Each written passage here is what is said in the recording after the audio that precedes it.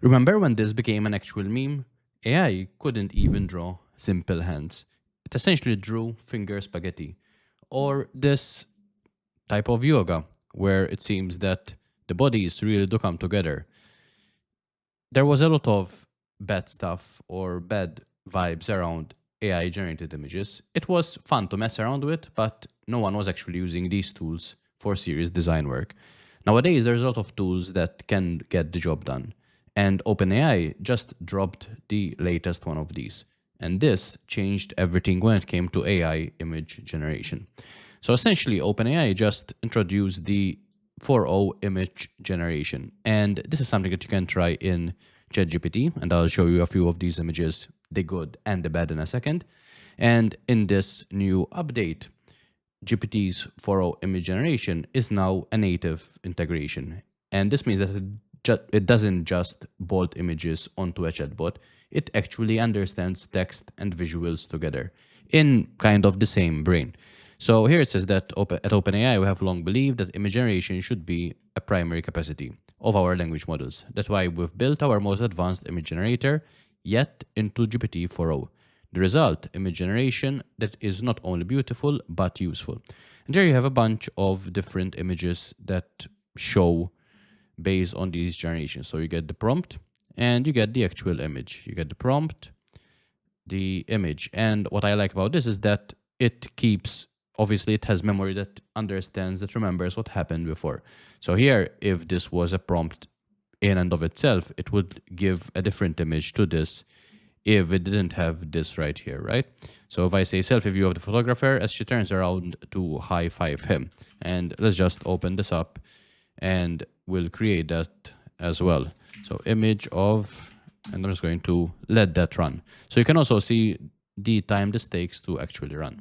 But in the meantime, what you are about to get is not just beautiful images again, but they are useful ones.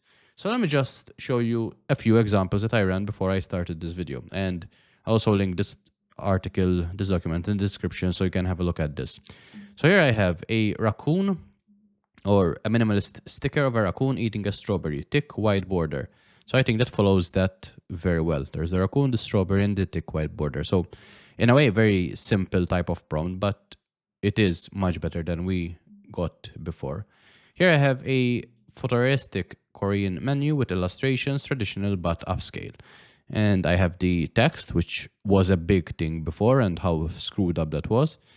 And I don't really speak, or I don't speak Korean, so I can't really say, but I like how it follows the same type of fonts with the kind of first heading, then there's the text, and then there's the, what I would assume would be the price. The images look on point, and yeah, so that's the Korean menu.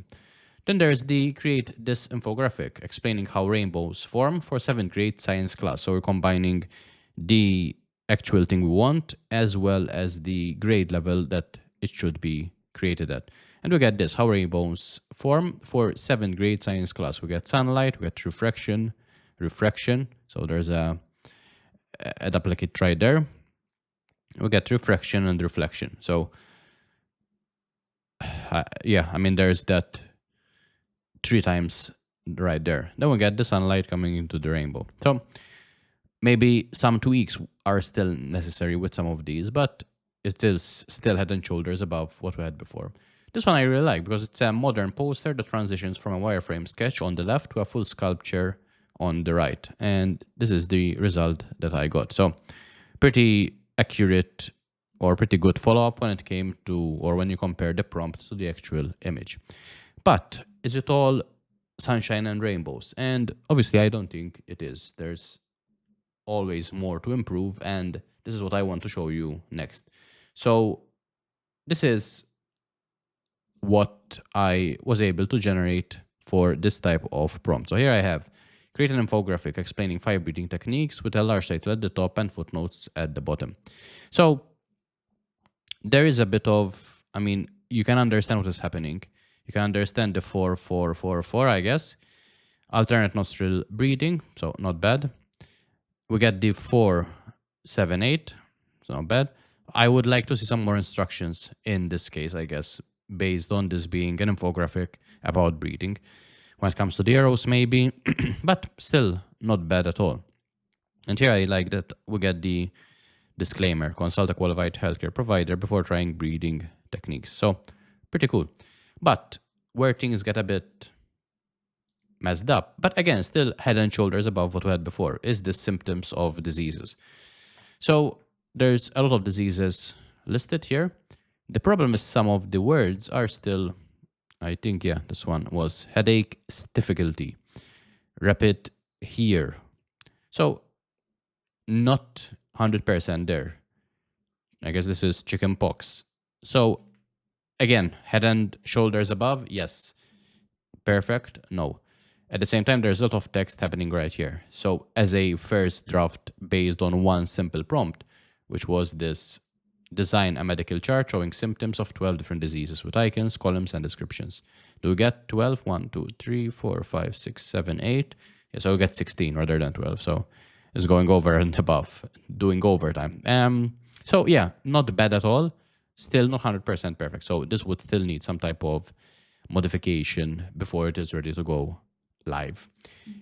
Here I have I like this actually, create a French cafe menu, an elegant cursive all text in French. So we get the cafe menu, petit déjeuner, croissants, pain au chocolat, etc., etc. So pretty good, I would say, when it comes to all this text right here. Not much I can comment on in a negative way. If I were to say, can you add images next to each item? Make them small so they fit on the respective line. So let's see what we get right there.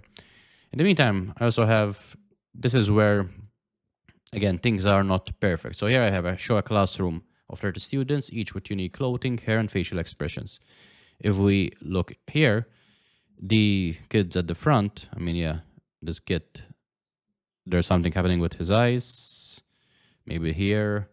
So once you start looking in more detail, you can see that, especially at the back, I'm not sure if you can see that, but things get a bit messed up, which is fine. I mean, still, again, much better than we had before. And there are a lot of students in this picture. What I'm curious about is whether this followed the 30 students that I asked for. So we have 3, 4, 5, 6, 7, 8, 9. I think there's a lot more than that. 10, 11, 12, 13, 14, 15, 16, 17, 18, 19, 20, 21, 22, 3, 4, 5, 6, 7, 8, 9. Yeah, there's a bit more than 30, but I mean, pretty accurate at the same time. Here I have a classroom poster showing the word hello in 15 different languages, each with a flag icon. So not 100% again, it did follow the kind of prompt, I would say 80% of the way. Hello, hola, bonjour.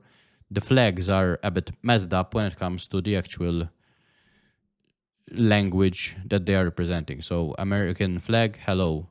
French, there's bonjour. So I would say French flag should have been here. So not bad, not perfect at the same time. So this is kind of what we're getting based on this first draft or this first iteration of this new ChatGPT 4.0 image generation. So there are signs with legible text. There are images that update in response to follow-up messages, which we'll see in a second as well.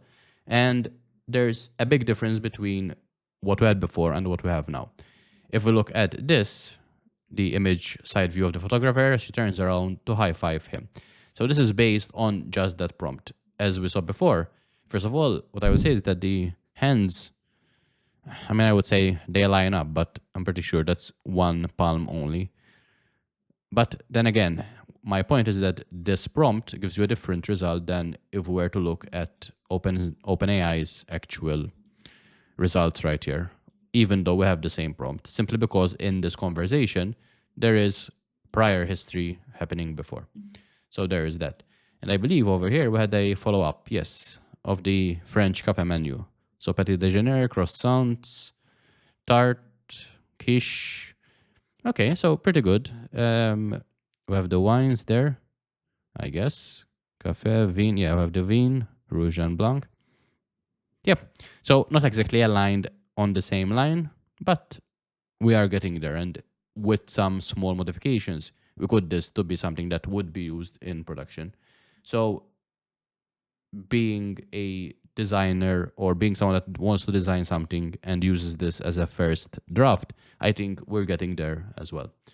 Now, what I want to test before closing this video is what happens if we change one word of the prompt, and instead of saying image of side selfie view of the photographer as she turns around to high five him. So what happens if we change just one word here and we say as he turns around to high five him? So I'm just curious whether this will actually replace the girl with a guy and what will actually happen. Also, I want to show you how long this is taking, because it does take a bit more time than what we had before. And I guess that is to be expected, especially as you are creating new images in a new chat window. As you can see, this is now creating the image top down. So going from the top to the bottom, and we seem to have a new guy right here. So I'm just curious what is happening here. So I think we get the lady here. So we have image selfie view of the photographer as he turns around to high five him. Yeah. So unless there's a bit of a gender mismatch, yeah, this seems to not be following what I'm trying to say. But then again, from a prompt point of view, this isn't the best prompt in the world ever.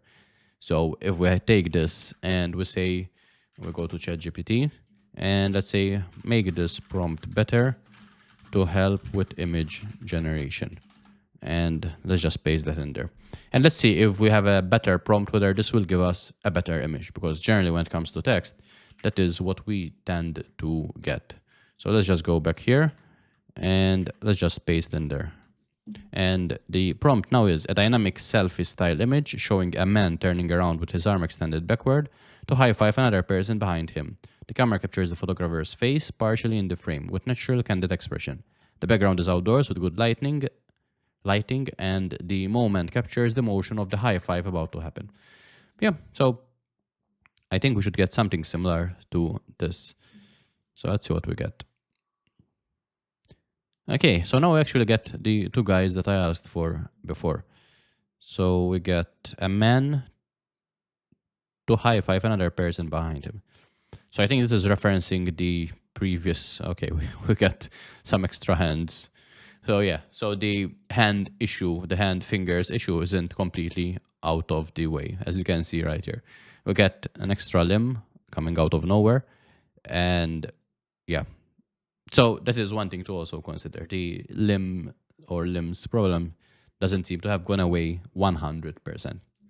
So this you'd need to take this, do some modifications, but if you combine this with something like Gemini, that might potentially do the trick. So why don't we try that right now? So I go to gemini.google.com and let's just, what was it? Yeah, so if we go here, we change this to Gemini Pro, experimental. I think it was this one, yeah, image and text. And let's just grab this image, go here and say, remove the extra limb. I'm just going to leave it at that without providing additional context. And let's see if we can use one image generator to generate the image and the other to clean it up. Okay, so here it just removed both the arm or the, yeah, what we had right here and the additional image as well and the additional limb as well. So let's say I don't want you to remove this, just that. So let's give it some better prompt, just that red. And what I'm going to do is, let's take a screenshot of this and let's just make this a bit better. So let's just say this is what we want to remove and this is what we want to keep. I'm going to copy this, paste that in here, hit run, and did this. Take that into consideration. Okay, now it's getting ridiculous. So what happens if I type this in? I'm not sure why this didn't go through.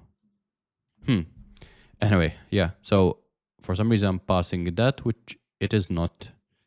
It doesn't seem to be understanding. Yeah, so now we just got the guy just by himself. So let me just try this one more time. and then I will end this video. So if I go to Studio, I will again go to the image generator. Let's just grab this guy and let's just say the prompt right there. Hit run. Okay, so for some reason there seemed to have been a glitch when trying to add the image afterwards. But then again, yeah, this doesn't seem to be cleaning up the additional hand anyway. So my point is that we're moving forward. At the same time, we're not there yet, where it's just creating an image from scratch without any changes, unless it is a specific type of image. In that case, it might make sense, as we saw with the stickers, with the maybe French menu. There's a lot of things that you can do right out of the gate. So the better the prompt, always the better the output. At the same time, it can't be so complicated that it confuses the AI and it's not clear what you're trying to do, whether it's a lot of people in the image, a lot of stuff happening. So yeah, that's pretty much it in terms of this new 4.0 update. My question to you would be, what would you create with this? I would love to know what your wildest ideas are in the comments below. And I might also generate some of those best ones in that or in the next video. If you're into AI, tools, creativity, or just building cool stuff, then it would be great if you hit the subscribe button, because there are more videos coming out along these lines. And I would love to share these with you and get your thoughts on these future videos. So hit that like and subscribe button. And in the meantime, I'll see you in the next one. Cheers.